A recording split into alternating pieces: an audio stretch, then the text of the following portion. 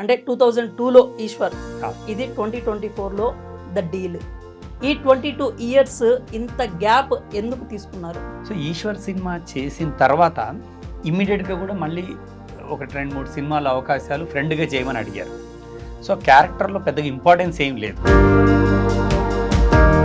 ధరణి గారు ఇప్పుడు big screen మీదకి వస్తున్నారు. వీటికి ముందు పెద్ద స్క్రీన్ లో చేశాను, కానీ that was not that satisfying. Duvvada Jagannatham, నేల టికెట్ అప్పుడు నా జర్నీ అక్కడ ఆపేశాను కదా, అక్కడ ఆపి వేరే పార్ట్స్ తీసుకున్నాను. సో ఇప్పుడు నేను మళ్ళీ యూటర్న్ తీసుకొని అక్కడికి రావాలి. టాలీవుడ్లో తెలుగు అమ్మాయిలకి అవకాశం లేదు అంటారా? అవకాశం ఉంది, కానీ ఒక ఒక ఒక ఒక మంచి క్యారెక్టర్కి కాదు. అంటే మనకి అల్లు అర్జున్ లాంటి వాళ్ళు కూడా అంటే బేబీ టైంలో చెప్పారు ఆయన, Yes. అమ్మాయిలు తెలుగు అమ్మాయిలు రావాలి ఇండస్ట్రీలోకి, ఆ అవకాశాలు కల్పించాలి అని చెప్పి అన్నారు. అది అయితే మరి స్టెప్ అయితే మరి ఇంకా నాకైతే అనిపించలేదండి. అంటే ఈ విషయంలో నేను అనుకుంటున్నది ఏంటంటే, అలాగే ఇప్పుడు ఎలా అయితే పరభాష వాళ్ళు కన్నడ కావచ్చు, తమిళ్ కావచ్చు, మలయాళం కావచ్చు, మన ఇండస్ట్రీకి ఎలా వస్తున్నారో మరి మీరు ఎప్పుడు అక్కడ ట్రై చేయలేదా? ఇప్పుడు నేను ఇక్కడ ఉండి నేను ఇక్కడ చేసుకోవడమే బెటర్, అక్కడికి వెళ్ళి భాష నేర్చుకొని అక్కడికి వెళ్ళడం కంటే వచ్చిన భాషలో చేసుకోవడం బెటర్ అని అనిపించింది. ఇక్కడ ఉన్న వాళ్ళందరికీ తెలుగు వచ్చి అంటారా, వచ్చింది అంటారా? రాకున్నా తీసుకుంటారే, మన వాళ్ళ హృదయాలు చాలా పెద్ద హృదయాలు. ఇప్పుడు ఈశ్వర్ సినిమాకి వచ్చినప్పుడు ప్రభాస్ గారిది కూడా డెబ్యూనే, ఆయనతో వర్క్ ఎక్స్పీరియన్స్ అప్పుడు ఎలా అనిపించింది? ఎక్కువ మాట్లాడిన ఒక మాట సూటిగా ఉంటుంది. మరి మీకు ఏకంగా డార్లింగ్ ప్రభాస్ గారితోనే అంటే ఫస్ట్ సినిమా చేస్తున్నారు కాబట్టి ఆయనని ప్రమోషన్స్ కోసం వాడుకోవచ్చేమో అనే ఒక థాట్ ఏమైనా వచ్చిందా మీకు? ప్రయత్నాలుగా ఏమైనా చేస్తున్నారా? కానీ నేను ఫస్ట్ నుంచి కూడా 20 ఏళ్ళలో ఎప్పుడు కూడా ప్రభాస్ గారిని అంటే మీరు అన్నట్టుగా పబ్లిసిటీ కోసం వాడుకోవడం ఎప్పుడు ఆలోచించలేదు. ఎందుకంటే ఈ కాసేపు డీల్ గురించి పక్కన పెట్టి నాకు మీరు అనగానే ఒకటైతే థాట్ మైండ్లోకి వచ్చింది. అది ఏంటంటే టాటూ. ఒక స్టేజ్లో మీరు ఆ టాటూ చూపించి చాలా ఎమోషనల్ అయ్యారు. అసలు ఏంటి ఆ టాటూ స్టోరీ ఏంటి? సో మనం ఇంతకుముందు భాష గురించి మాట్లాడుకున్నాం కదా, సో అలానే నాకు ఇక్కడ తెలుగులో ఆపర్చునిటీస్ లేనప్పుడు ఐ వాజ్ సర్చింగ్ అవుట్ వేరే వాటికి. హాయ్ హలో నమస్తే, వెల్కమ్ టు ఐ డ్రీమ్. నేను మీకు ఈరోజు ఒక స్పెషల్ గెస్ట్ని తీసుకొచ్చాను. కాదు ఒకళ్ళు కాదు, ఇద్దరితో వచ్చాను. ఒకళ్ళైతే ఈశ్వర్ సినిమాతో ప్రభాస్ గారితో కలిసి ఆయనైతే ఫిల్మ్ డెబ్యూ చేశారు. ఇంకొకరైతే బుల్లితెర ప్రేక్షకులకైతే ప్రత్యేకంగా చెప్పాల్సిన అవసరం లేదు. యాక్చువల్గా ఆ ముద్ర నుంచి కొంచెం దూరంగా జరగాలని ఆవిడైతే గట్టి ప్రయత్నాలు చేస్తున్నారు.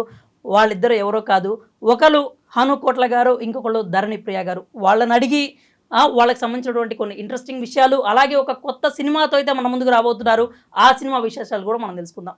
హాయ్ అండి, నమస్తే, వెల్కమ్. హాయ్ అండి, నమస్కారం. ఎలా ఉన్నారు? చాలా బాగున్నాను. ఇద్దరు ఎలా ఉన్నారు? We are doing great. చాలా బిజీగా ఉన్నట్లుగా అనిపిస్తోంది. ఎందుకంటే సినిమా డేట్ దగ్గరకు వచ్చేసింది, అక్టోబర్ 18 కాబట్టి హడావిడిలోనే ఉన్నాం. యాక్చువల్లీ అంతా హరీబరీ అయిపోయింది అంతా. ఇక్కడ కాకుండా అక్కడ కాకుండా ఇక్కడ ప్రమోషన్ చేసుకోవాలి కదా, వచ్చిందే మూవీ ప్రమోషన్ కి. ఖచ్చితంగా, ఎందుకంటే ఎంత కష్టపడ్డా కానీ అది తర్వాత ప్రేక్షకుల దగ్గరికి వెళ్ళాలంటే ముందు ఆ బజ్ అనేది క్రియేట్ అవ్వాలి ఖచ్చితంగా. అందుకే మేము ఖచ్చితంగా మా తరపున ఆ హెల్ప్ కూడా చేయడానికి అయితే మేము అందుకే రెడీ అయ్యాము. సరే, మన ఇంటర్వ్యూలోకి వెళ్ళేటప్పుడు ఫస్ట్ అయితే లేడీస్ ఫస్ట్ అంటారు ఎప్పుడు కూడా, అందుకే మనం మేడంని కాసేపు పక్కన పెట్టి హను సార్తో స్టార్ట్ చేద్దాం. రెగ్యులర్గా లేడీస్ ఫస్ట్ అంటారు కాబట్టి ఈసారి నుంచి మనం జెంట్స్తో స్టార్ట్ చేసుకుందాము. హాయ్ సార్, ఇప్పుడు మీరు ప్రభాస్ గారితో కలిసి డెబ్యూ చేశారు. అంటే 2002లో ఈశ్వర్, ఇది 2024లో ద డీల్. ఈ 22 ఇయర్స్ ఇంత గ్యాప్ ఎందుకు తీసుకున్నారు? నేను బేసికల్గా యాక్టర్నండి. నేను యాక్టర్ అవ్వాలనుకొని కోర్స్ కూడా చేశాను. ఒక 3 years యాక్టింగ్ కోర్స్ చేశాను, ఒక 2 years డైరెక్షన్ కోర్స్ చేశాను తెలుగు యూనివర్సిటీలో. ఆ తర్వాత సినిమాలో ట్రై చేశాను. ఈశ్వర్ సినిమాలో ఆపర్చునిటీ వచ్చింది, చేశాను. సో ఈశ్వర్ సినిమా చేసిన తర్వాత ఇమ్మీడియట్గా కూడా మళ్ళీ ఒక 2-3 సినిమాల అవకాశాలు ఫ్రెండ్గా చేయమని అడిగారు. సో క్యారెక్టర్లో పెద్దగా ఇంపార్టెన్స్ ఏం లేదు. సో హీరో పక్కన ఉండాలి. ఈశ్వర్లో అంటే త్రూఅవుట్ సినిమా మొత్తం ఉంటుంది, 50 scenes పైన ఉన్నాయి, క్యారెక్టర్ ఉంది, జనాలకు బాగా వెళ్ళే క్యారెక్టర్ అది. మిగతా సినిమాలు నాకు అంతగా అనిపించలేదు. సో ఒక భయం కూడా అప్పుడు అనిపించింది, అంటే మళ్ళీ అదే క్యారెక్టర్ చేసామనుకోండి నెక్స్ట్ కూడా మళ్ళీ ఫ్రెండ్గా చేయమంటారేమో. అందులో థియేటర్ చేసాము, ట్రైనింగ్ అయ్యి ఉంది, 5 years నేను రెడీ అయ్యి వచ్చాను కాబట్టి మంచి క్యారెక్టర్ కోసం వెయిట్ చేద్దాం అనుకున్నాను. సో ఈలోపు నాకు డైరెక్షన్లో అవకాశం వచ్చింది ఈటీవీ 2లో మాయాబజార్ అనే సీరియల్ డైరెక్ట్ చేయడానికి. సో డైరెక్షన్ కూడా చేస్తున్నాను కాబట్టి డైరెక్షన్ సైడ్ వెళ్ళిపోయాను. దాదాపు 150 to 200 ఎపిసోడ్స్ డైరెక్ట్ చేశాను. అదే టైంలో యాడ్ ఫిలిమ్స్ కానీ దూరదర్శన్కు కొన్ని సీరియల్స్ డైరెక్ట్ చేయడం జరిగింది. డైలీ సీరియల్ కూడా డైరెక్ట్ చేశాను. ఒకటి అనురాగ ధార అని ఒక డైలీ సీరియల్ డైరెక్ట్ చేశాను. ఇదే టైంలో నేను చదివిన యూనివర్సిటీలోనే టీచింగ్ చేయడానికి అవకాశం వచ్చింది. సో టీచింగ్ వైపు వెళ్దాం అనుకున్నది, ఎందుకంటే గవర్నమెంట్ జాబ్ అది, యూనివర్సిటీలో టీచ్ చేయాలి. సో అటు వెళ్ళిపోయాను. అలాగే ఒక 20 ఏళ్ళు గడిచిపోయినాయి టీచింగ్లో ఉండడము, స్టూడెంట్స్, ట్రైనింగు, అలా అలా అలా ఒక 20 years అయిపోయింది. ఈలోపు నేను ఆలోచించాను నేనేం కోల్పోయాను. అంటే నేను కూడా యాక్టర్ అవుదామని వచ్చాను ఇండస్ట్రీలోకి. సో యాక్టర్ కాలేదు, టీచర్ అయ్యాను. కాకపోతే మంచి సబ్జెక్ట్ కోసం ఎదురు చూస్తున్న టైంలో ద డీల్ అనే ఒక స్క్రిప్ట్ రెడీ చేసుకొని ఉన్నాం మేము కొంతమందిని కలిసి. సో స్క్రిప్ట్ బాగుంది కాబట్టి మళ్ళీ సినిమాలకు రావడం జరిగింది. కానీ 2 decades ఆ. అంటే హ్యూజ్ గ్యాప్. ఆ. ఇప్పటికీ అంటే 2002లో ఉన్న హను గారు ఆ ప్యాషన్ ఏదైతే ఇప్పటికీ క్యారీ చేస్తూనే వచ్చారా? అంటే 2 decades అనేది హ్యూజ్ టైం కదా గ్యాప్ అనేది. అంటే నాకున్న ఒకే ఒక అడ్వాంటేజ్ ఏంటంటే నేను పిల్లలతో ఉండడం, స్టూడెంట్స్తో వాళ్ళ చేత డైరెక్ట్ చేయించడం, ట్రైనింగ్ ఇవ్వడం, వాళ్ళతో పాటు నాటకాలు చేయించడం. ఈ మధ్య కాలంలో నేను నాటకాలు కూడా డైరెక్ట్ చేశాను, నాటకాల్లో యాక్ట్ చేశాను. మీకు నంది అవార్డు కూడా నంది అవార్డు కూడా వచ్చింది. కొన్ని ఎక్స్పెరిమెంటల్ ప్లేస్ చేశాము. నేను యూనివర్సిటీలో చేస్తున్నప్పుడు అంటే బయటికి కూడా వెళ్ళాల్సి వచ్చింది. నార్వే వెళ్ళాను, స్వీడన్ వెళ్ళాను. ఇంటర్నేషనల్ లెవెల్లో ఉండే పెద్ద పెద్ద రైటర్స్ రాసిన ఇప్సన్ అనే ఒక రైటర్ ఉన్నాడు. ఇప్సన్ డాల్స్ హౌస్ చాలా ఫేమస్. వరల్డ్ వైడ్గా ఇప్సన్ ప్లేస్ డాల్స్ హౌస్కి మంచి డిమాండ్ ఉంది. సో అట్లాంటి ప్లేస్ చూసి స్వీడన్కి వెళ్ళినప్పుడు అక్కడ ఏం జరుగుతుంది యాక్టివిటీస్ చూసిన తర్వాత ఇట్లాంటి ప్రయోగాలు మనం ఎందుకు చేయొద్దు అని చెప్పి ఇక్కడికి వచ్చి తెలుగు థియేటర్లో కూడా రకరకాలైన ప్రయోగాలు చేయడం జరిగింది. కాబట్టి నా ప్యాషన్ అలా తీరుతూ వచ్చింది. యాక్ట్ చేస్తున్నాను, డైరెక్షన్ చేస్తున్నాను కాబట్టి నాకు గ్యాప్ అనిపించలేదండి. అంటే స్క్రీన్కి అయితే దూరం అయ్యారు. అంటే హాఫ్ ద స్క్రీన్ మీరు అయితే ఉన్నారు, బ్యాక్ ఎండ్లో ఉన్నారు, స్క్రీన్ మీద అయితే దూరం కనిపించారు. ఈ కథ తీసుకెళ్ళి అంటే మీరు ఏదైతే ప్రొడ్యూసర్స్ని ఒప్పించినప్పుడు వాళ్ళు ఎలా తీసుకున్నారు, అంటే ఎలా రిసీవ్ చేసుకున్నారు ద డీల్ని? అంటే నేను పెద్ద ప్రొడ్యూసర్స్ కానీ బయట ప్రొడ్యూసర్స్కి ట్రై చేయలేదండి. అంటే నాకుండే మొహమాటం కావచ్చు, ఇది కావచ్చు. నా రిలేటివ్స్లోనే అంటే మా బ్రదర్ ఇన్లా ఒక ఆయన ముందుకు వచ్చాడు ఫిలిం చేద్దామని. ఎప్పుడైతే సబ్జెక్టు చెప్పానో బాగుంది అండ్ నా మీద ఉన్న నమ్మకం, నేను చేసిన థియేటర్ ప్లేస్ కావచ్చు ఇవన్నీ చూశాడు. ఇది నేనే ప్రొడ్యూస్ చేస్తానన్నాడు. సో ఆ విధంగా సినిమా ముందుకు వచ్చింది. మంచి విషయం. ఎందుకంటే అయిన వాళ్ళతో అయితే ఇంకా మంచిగా ఉంటుంది జర్నీ కూడా. అంటే అరమరికలు లాంటివి ఏవి ఉండకపోవచ్చు మోస్ట్లీ. సరే మేడం గారిని ఎక్కువసేపు వెయిట్ చేయించాము. ధరణి గారు ఇప్పుడు బిగ్ స్క్రీన్ మీదకి వస్తున్నారు. అంటే ఇంతకుముందు చేశారు ఒక 2 సినిమాలు, బట్ ఇప్పుడు అంటే మెయిన్ రోలు మీరు త్రూ అవుట్ మూవీ ఉంటుందా ఈ రోల్ కూడా? ఎస్, త్రూ అవుట్ మూవీ ఉంటుంది. సో త్రూ అవుట్ మూవీ ఉంటుంది కాబట్టి ఇప్పుడు మీ ముందు ప్రమోషన్స్కి వచ్చాను. అదర్వైజ్ చిన్న చిన్న రోల్స్కి మనకి ఆ స్కోప్ ఉండదు, ఆ వెయిట్ కూడా ఉండదు. సో మేజర్ నాకేముండే అంటే I want to do a movie where people should recognise you. వాళ్ళకి తెలియాలి మనం ఎవరము అనేది.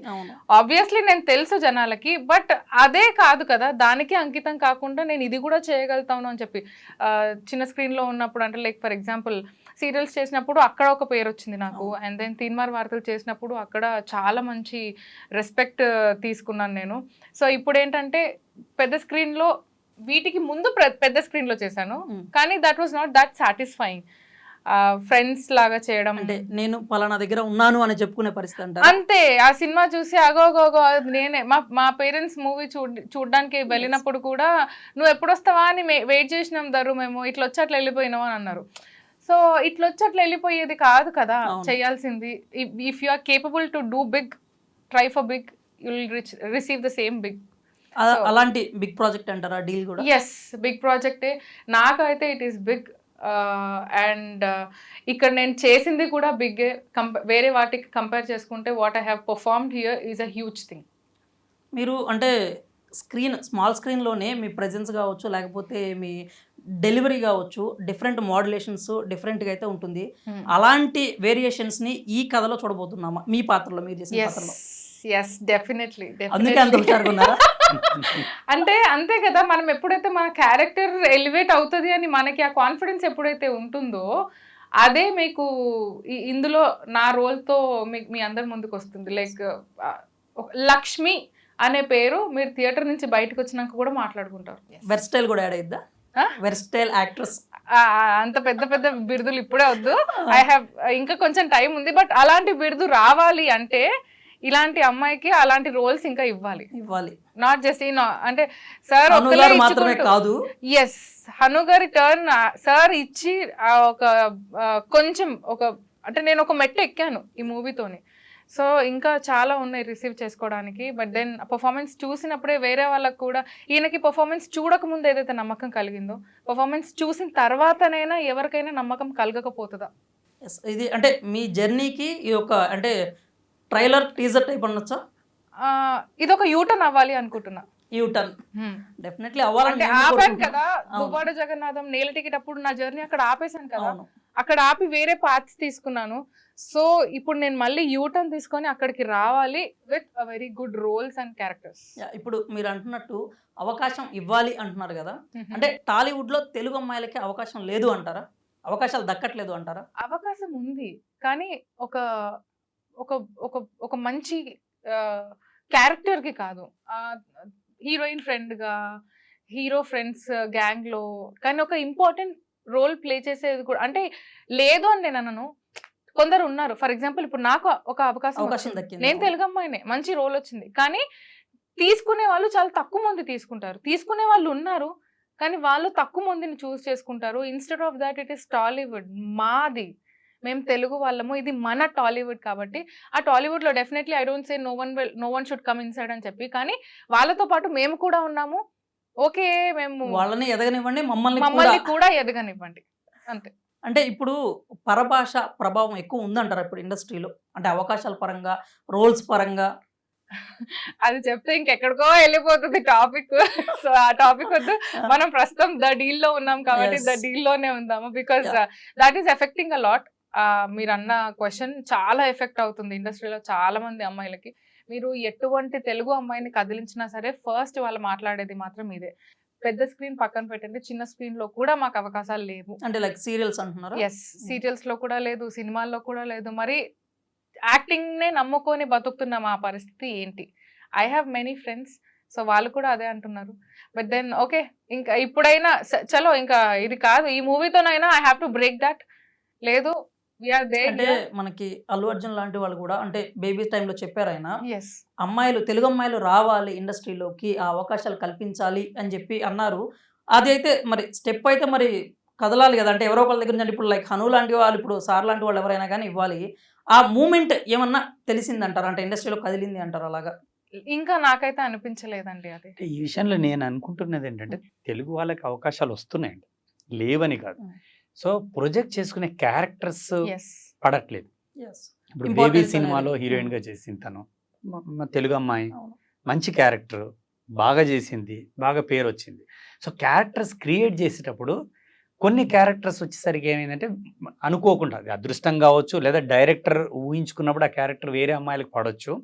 సో నేను కూడా అంటే ప్రత్యేకంగా తెలుగు అమ్మాయికి ఇవ్వాలి అనేది ఏమీ లేదు. నేను థియేటర్ నుంచి వచ్చాం కాబట్టి మేమందరం కూడా మన చుట్టుపక్కల ఉన్న ఆర్టిస్టులనే చూస్తున్నాం, పర్ఫార్మర్ని చూస్తున్నాం, ఎవరు బాగా పర్ఫామ్ చేయగలరు. సో ధర్నిప్రియ గారు ఆ క్యారెక్టర్కి న్యాయం చేయగలరు. సో మనకు చూస్తున్న దాంట్లో ఫస్ట్ మన చుట్టుపక్కలే చూస్తాం కదా.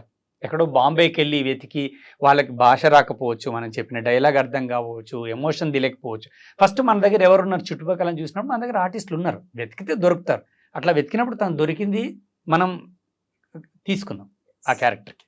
సో ఒకవేళ క్యారెక్టర్ రేపొద్దున జనాల్లోకి వెళ్ళింది అనుకోండి, మేము ఏదైతే ఊహిస్తున్నామో తను అనుకున్నట్టు జనాల్లోకి వెళ్ళింది అనుకోండి, సో లక్ష్మి గనక జనాల్లోకి వెళ్ళింది అనుకోండి, సో మళ్ళీ ఇంకో తెలుగు అమ్మాయి పర్ఫార్మెన్స్ బాగా చేసింది అని వెళ్ళొచ్చు, రేపు అవార్డ్స్కి వెళ్ళొచ్చు, అవకాశం కూడా ఉంది. అదే అటు నుంచి అటు క్యూ కట్టచ్చు. అంతే, అంటే అదే ఇప్పటి వరకు ఎస్ డెఫినెట్లీ అల్లు అర్జున్ గారు ఆ మాట అన్నారు. ఎవ్రీ ఆడియన్ నో దట్, ఆయన ఫ్యాన్స్ కానివ్వండి, ఎవరైనా common people, every one watch that we're happy that Telugu అమ్మాయిలు are coming and we want more Telugu అమ్మాయిలు. సార్ చెప్పారు, బట్ డైరెక్టర్స్ కూడా ఆ విషయాన్ని కొంచెం గుర్తించి మాకంటూ ఒక యునో ఫస్ట్ ఇక్కడ సార్ అన్నట్టు ఫస్ట్ విల్ సర్చ్ హియర్. మనం ఇక్కడ చూసిన తర్వాత మనకి ఇక్కడ యాప్ట్ కాదు అనిపిస్తే అప్పుడు అక్కడికి వెళ్ళండి. కానీ ఇక్కడ మీరు ఆల్రెడీ జాలి వేయక ముందే నేను అక్కడికి గాలం వేస్తా అంటే కాదు కదా, ఫస్ట్ ఇక్కడ వేస్తే తెలుస్తుంది. అలాగే ఇప్పుడు ఎలా అయితే పరభాష వాళ్ళు కన్నడ కావచ్చు, తమిళ్ కావచ్చు, మలయాళం కావచ్చు, మన ఇండస్ట్రీకి ఎలా వస్తున్నారో, మరి మీరు ఎప్పుడు అక్కడ ట్రై చేయలేదా? నేను ఎందుకు ట్రై చేయలేదంటే చేశాను, but I got a rejection by saying that if you know Kannada then only you are allowed, if you know Tamil then only you are allowed అన్నారు. సో ఇప్పుడు నేను ఇక్కడ ఉండి నేను ఇక్కడ చేసుకోవడమే బెటర్, అక్కడికి వెళ్ళి భాష నేర్చుకొని అక్కడికి వెళ్ళడం కంటే వచ్చిన భాషలో చేసుకోవడం బెటర్ అని అనిపించింది. అంటే ఇక్కడ ఉన్న వాళ్ళందరికీ తెలుగు వచ్చి అంటారా, వచ్చింది అంటారా? రాకున్నా తీసుకుంటారే, మన వాళ్ళ హృదయాలు చాలా పెద్ద హృదయాలు. పెద్దవండి. పెద్ద మనసు. పెద్ద మనసున్న అంటే వాళ్ళు. ఈ టాపిక్ గురించి మాట్లాడితే అంటే మనం వేరే ఎక్కడెక్కడో వెళ్ళినట్టు ఉంటుంది, కానీ అది డైరెక్టర్ మీద ఆధారపడి ఉంటుంది. Yes. తనకు కావాల్సిన మీరు స్వతహాగా ఇప్పుడు పాత్ర, మీరు డైరెక్టర్ అంటే ఇప్పుడు కాబట్టి మనం దీని గురించి మాట్లాడితే ఏంటంటే అవును. ఇప్పుడు మిగతా వాళ్ళందరూ కన్నడ నుంచి యాక్టర్స్ని తెస్తే వాళ్ళు తప్పు పట్టినట్టు అవుతుంది. అట్లని కాదు, వాళ్ళు రాసుకున్నప్పుడు కానీ వాళ్ళు విజువలైజ్ చేసుకున్నప్పుడు కొన్ని పాత్రలు కనిపిస్తాయి. ఆ పాత్రలకి వాళ్ళకు రకరకాల వ్యక్తులు కనిపిస్తూ ఉంటారు.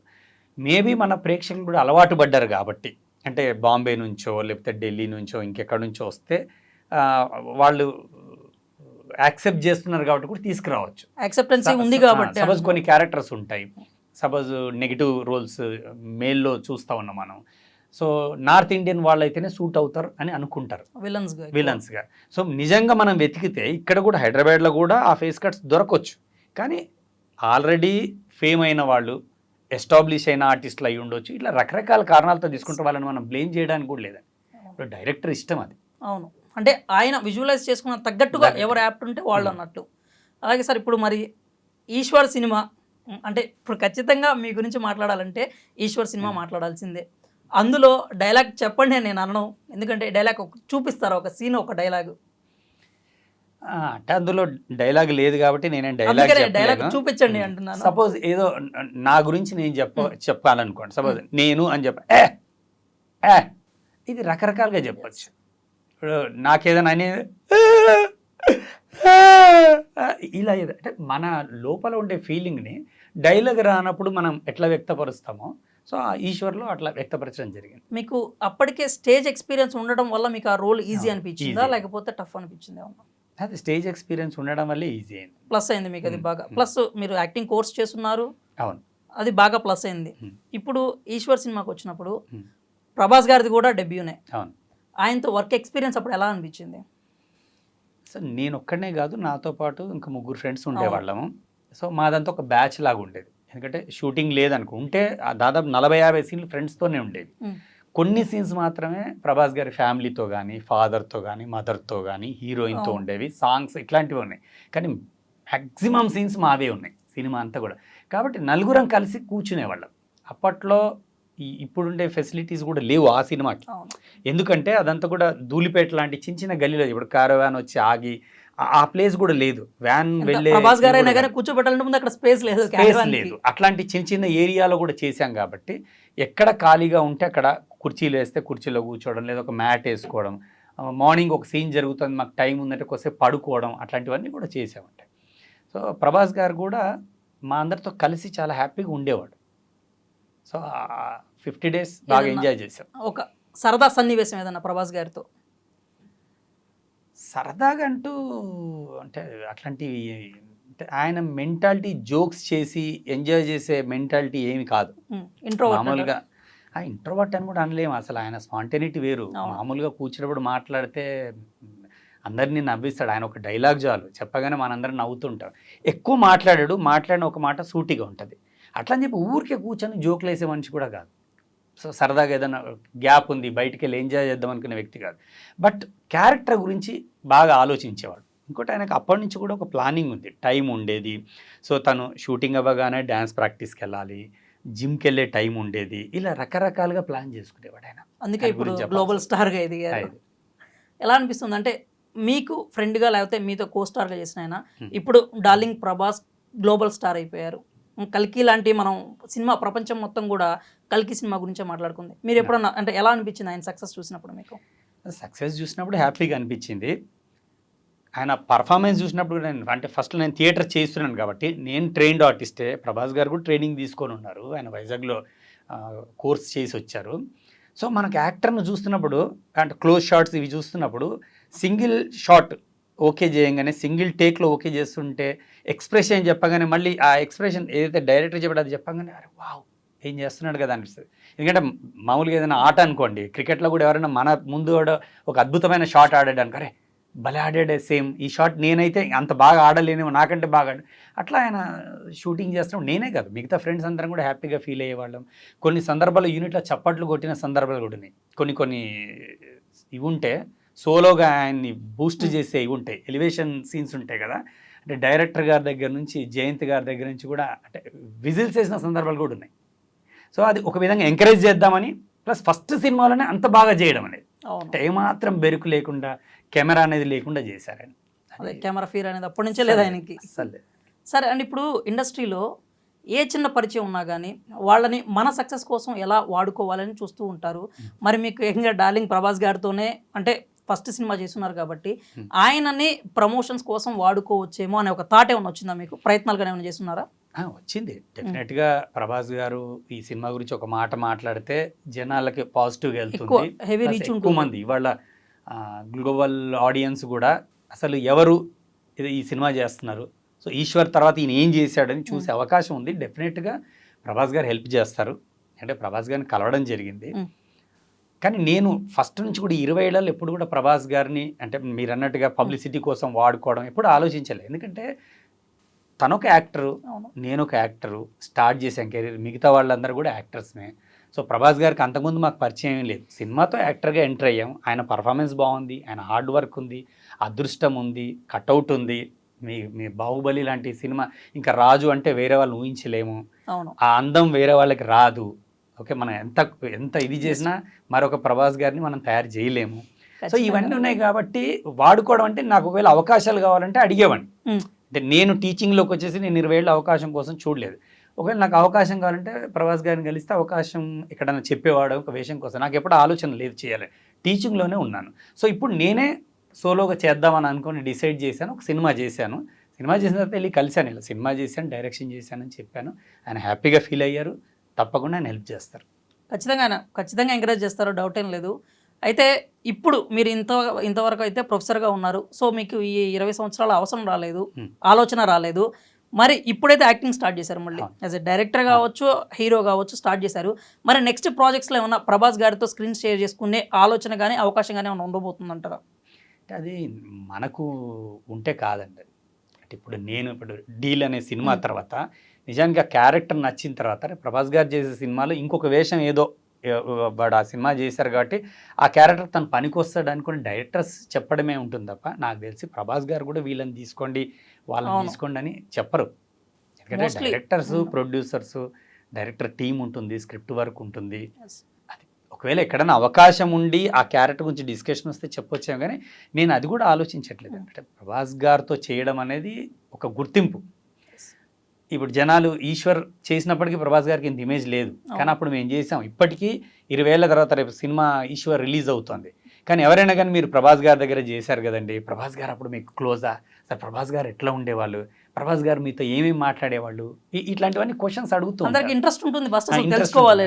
ప్రభాస్ గారు ఒక పెద్ద స్టారు, ఆయన ఎట్లా బిహేవ్ చేశాడు తెలుసుకుందాం అని ఉంటుంది. అవును, ఆయన చాలా మంచోడండి. ఆయనకంటే ఆయన సినిమా ఇమేజ్ ఇవన్నీ కాదు, ఫస్ట్ డే ఎలా ఉన్నాడో నేను రీసెంట్గా కలిశాను, రీసెంట్గా కూడా అలాగే ఉన్నారు. ఆయన చాలా హ్యాపీగా అలాగే రిసీవ్ చేసుకున్నారు, అలాగే నవ్వుతూ మాట్లాడారు. ఏంటి నీలో ఏం మార్పు లేదు అని అన్నారు.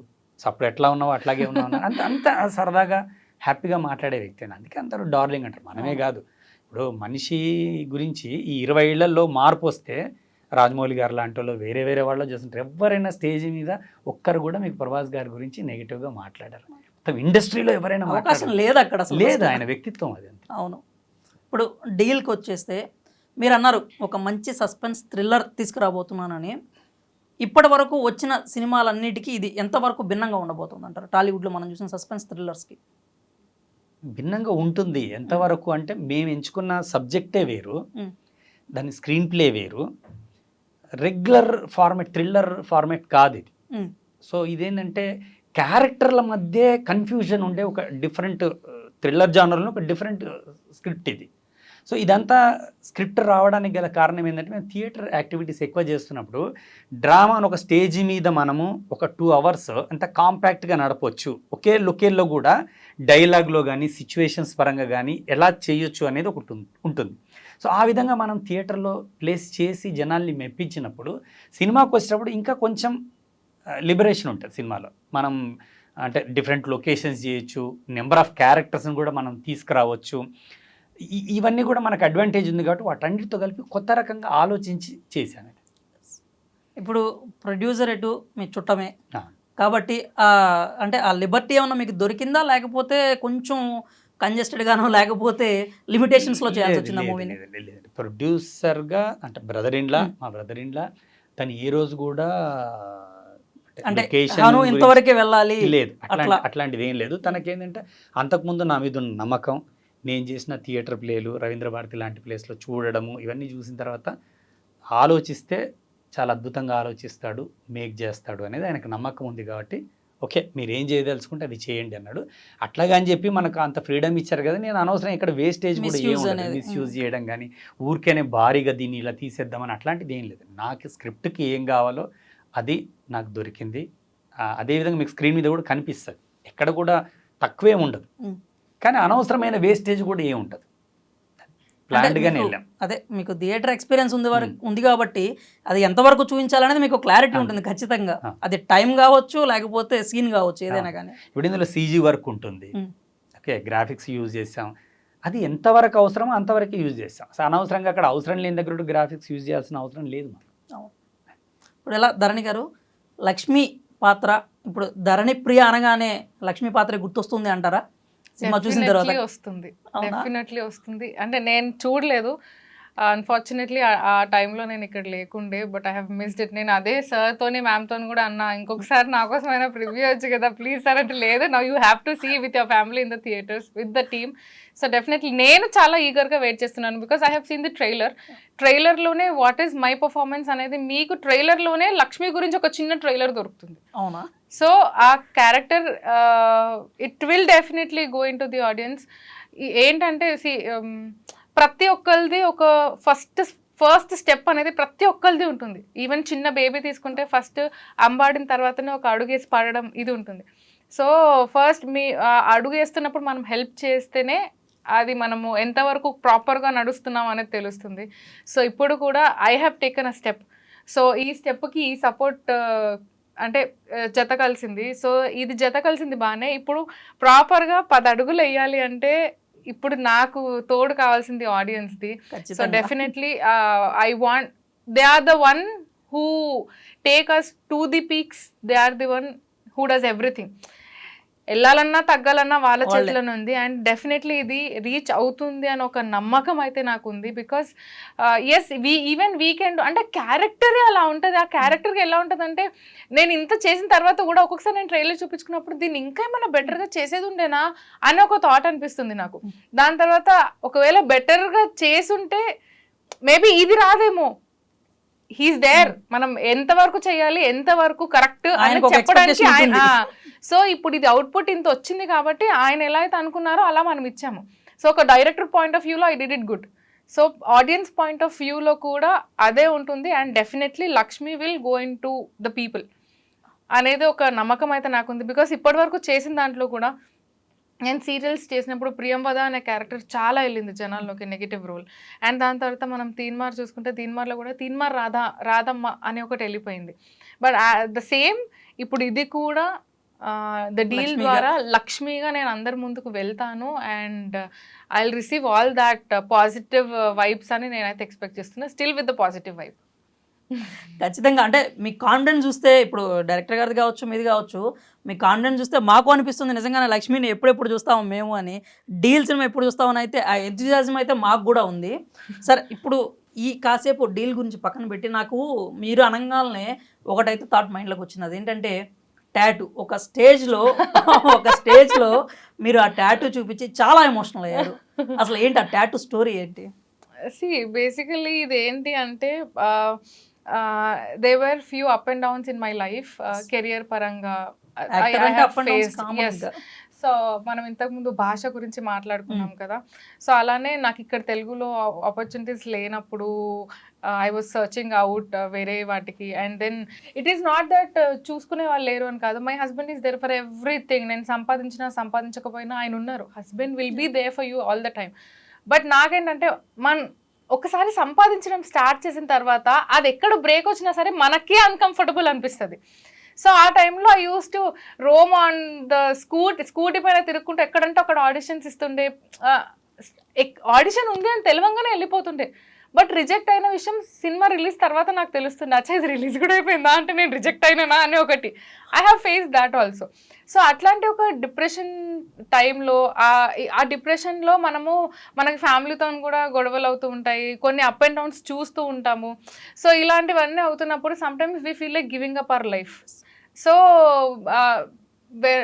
అంటే there was a time when even I thought the same thing. But then అప్పటికి పాప రాలేదు, ఇంకా పుట్టలేదు, చిక్కి ఇంకా రాలేదు. బట్ దెన్ నాకు చాలా కోపం ఎక్కువ. నేను కోపం వచ్చిందంటే రప్పున కార్ తీసుకొని వెళ్ళిపోతూ ఉంటా బయటికి.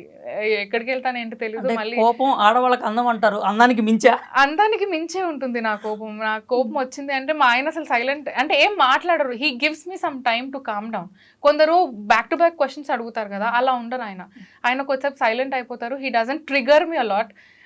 సో ఆ టైంలో ఐ టేక్ బ్యాడ్ డెసిషన్స్ ఏవి తీసుకోకుండా. I have one family. So this is that only. This is me, Amma. This is my baby, Amodha. This is baby, what I call my husband. So మా ఆయనకి generally ఇట్లా పేర్లు tattoo వేసుకుంటే అస్సలు నచ్చదు, పేరు వేసుకోవద్దు అంటారు. So I call him as baby. So అట్లా ఇది అమ్మ, baby and baby. This is అమ్మాస్ బేబీ, దిస్ ఇస్ ఆల్సో అమ్మాస్ బేబీ. సో ఇది చూసినప్పుడు అలా అనిపిస్తుంది, yes I have someone in my family with to whom I have to stand. So అంటే లైఫ్లో మనమే ఫస్ట్లీ ఎటువంటి సిచ్యువేషన్ వచ్చినా సరే, ఎంత పిల్లలు ఫ్యామిలీ ఉన్నా సరే, first we are friends to our self. So నాకు ఫ్రెండ్స్లో కూడా అంత ఎక్కువ నేను చాలా చూజీగా ఉంటాను. నేను చూస్ చేసుకున్న వాళ్ళు నన్ను చూస్ చేసుకోరు. సో ఇట్లాంటివి అవుతుంటాయి. అందుకే నాకు అంత పెద్ద ఫ్రెండ్స్ బ్యాచ్ అంటూ ఏమి ఉండదు.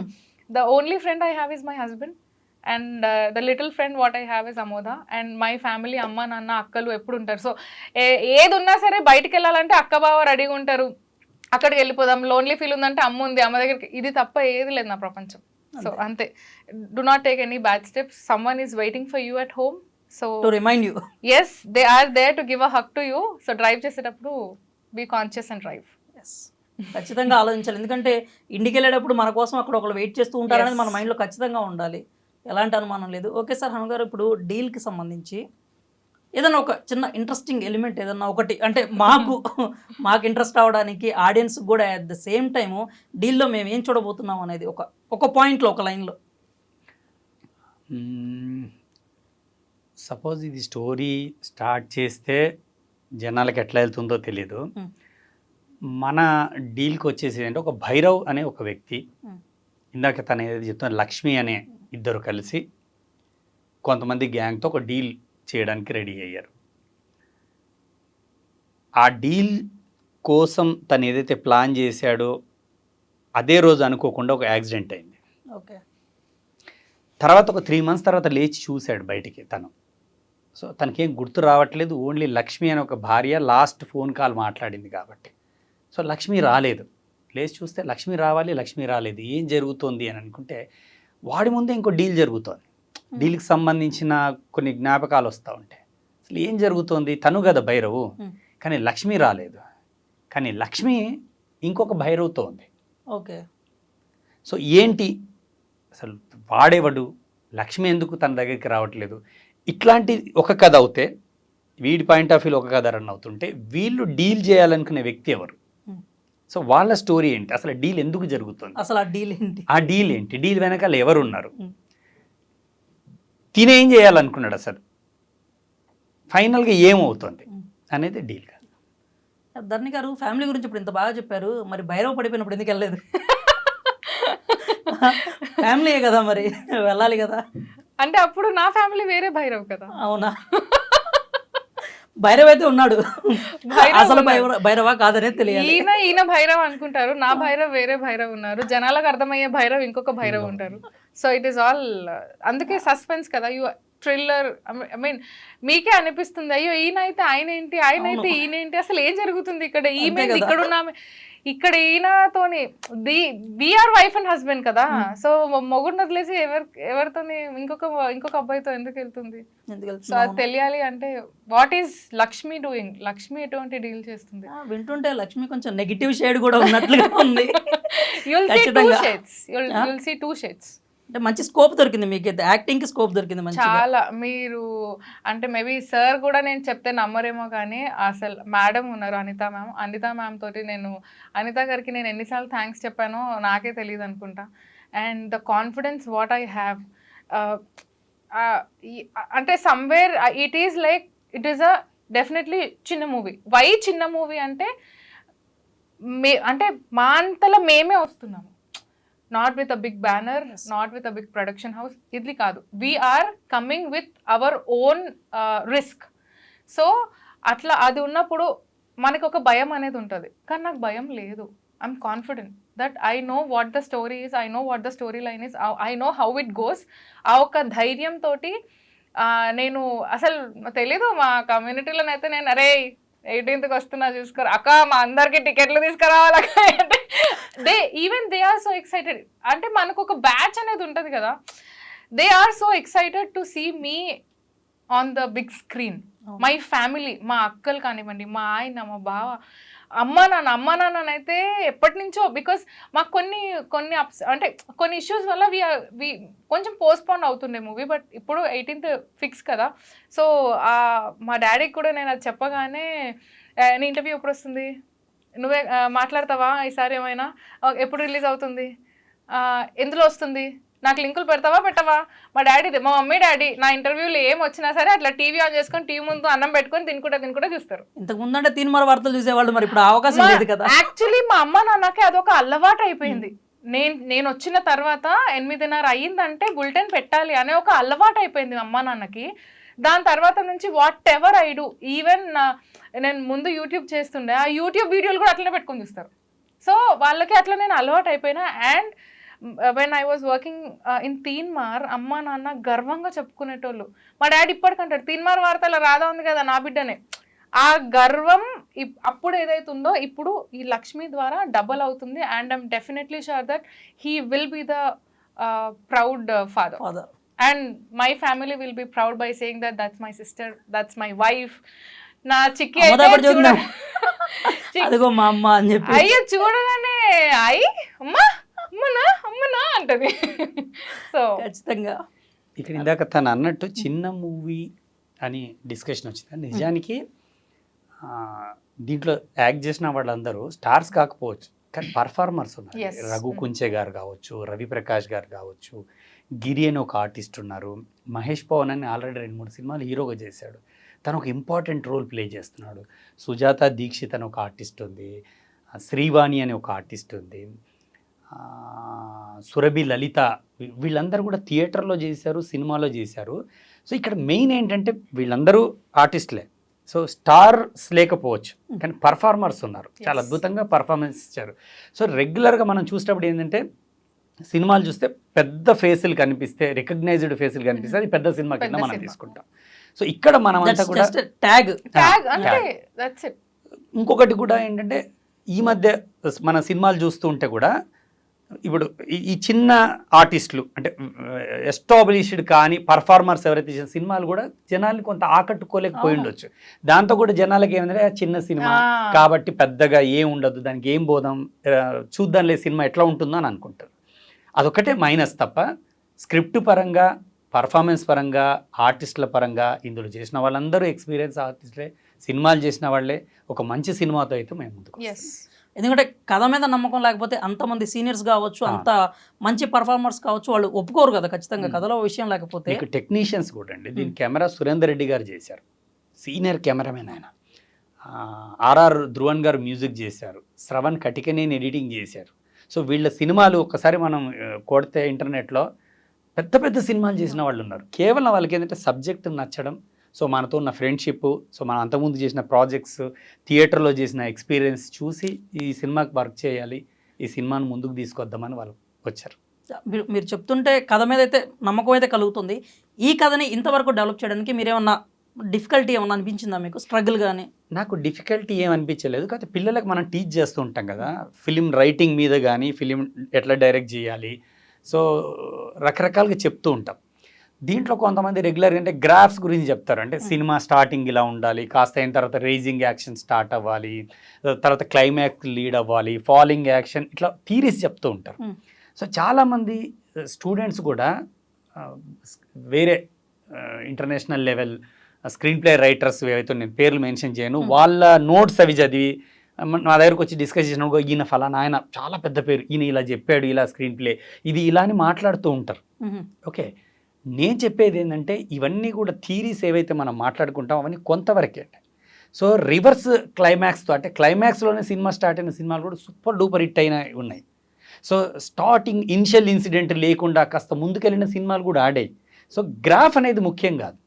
సో ఆడియన్ ఎవరైతే ఉన్నాడో ప్రేక్షకుడు సినిమాను ఎక్కడెక్కడ సస్పెన్స్గా, అంటే మనం ఈ సీన్ తర్వాత ఇంకొక సీన్ వెళ్తే ఎలా వెళ్తుంది అనేది ఒక ఐడియా ఉంటుంది. ఇది నేను థియేటర్లో చేశాను. స్టేజ్ మీద చేస్తున్నప్పుడు మిగతా వాళ్ళ ప్లేకి మన ప్లేకి డిఫరెన్స్ ఏదో ఉంటుంది కదా, జనాలు లైక్ చేస్తున్నట్టే. సో ఇవి ఎంచుకుంటే అవుతుంది అని ఏదైతే అనుకున్నామో, ఈ పిల్లలకు మనం పాఠం చెప్పిన తర్వాత వాళ్ళు మేకింగ్ చేసిన ఫిల్మ్స్లో కూడా మనం చాలా తప్పులు చెప్పి ఉంటాం, ఇలా కాదు ఇలా చేయాలని. సో ఇవన్నిటిని చూసిన తర్వాత ఇలా చేస్తే బాగుంటుందేమో అనుకొని సినిమా చేయడం జరిగింది.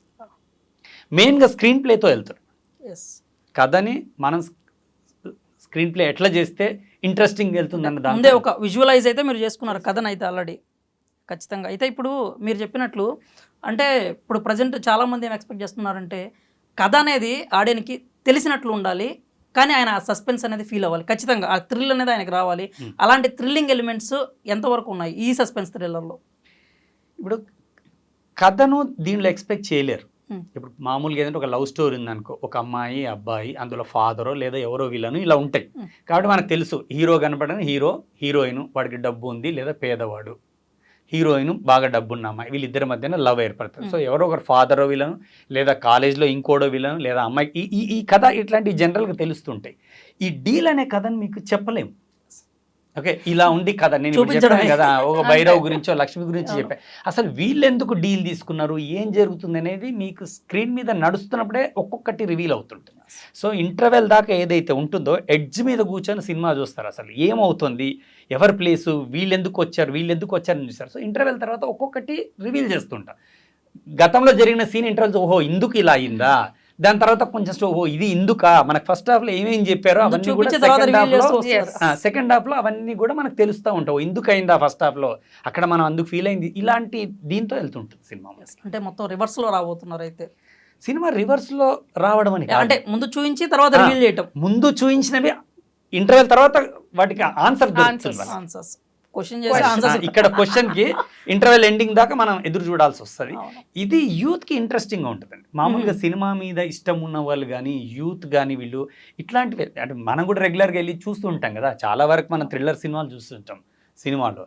సో వాటిలో కూడా మనం ఏదైతే ఎంజాయ్ చేస్తున్నామో, ఏదైతే ఎక్స్పెక్ట్ చేస్తున్నామో అట్లాంటి అంశాలన్నీ ఇందులో ఉంటాయి. ఖచ్చితంగా మేమైతే ఎక్కువే ఎక్స్పెక్ట్ చేస్తున్నాం. మీరు చెప్పిన దాన్ని బట్టి ముఖ్యంగా మేడం కావచ్చు, మీరు కావచ్చు, ఫుల్ ఆఫ్ కాన్ఫిడెంట్ అయితే కనిపిస్తోంది.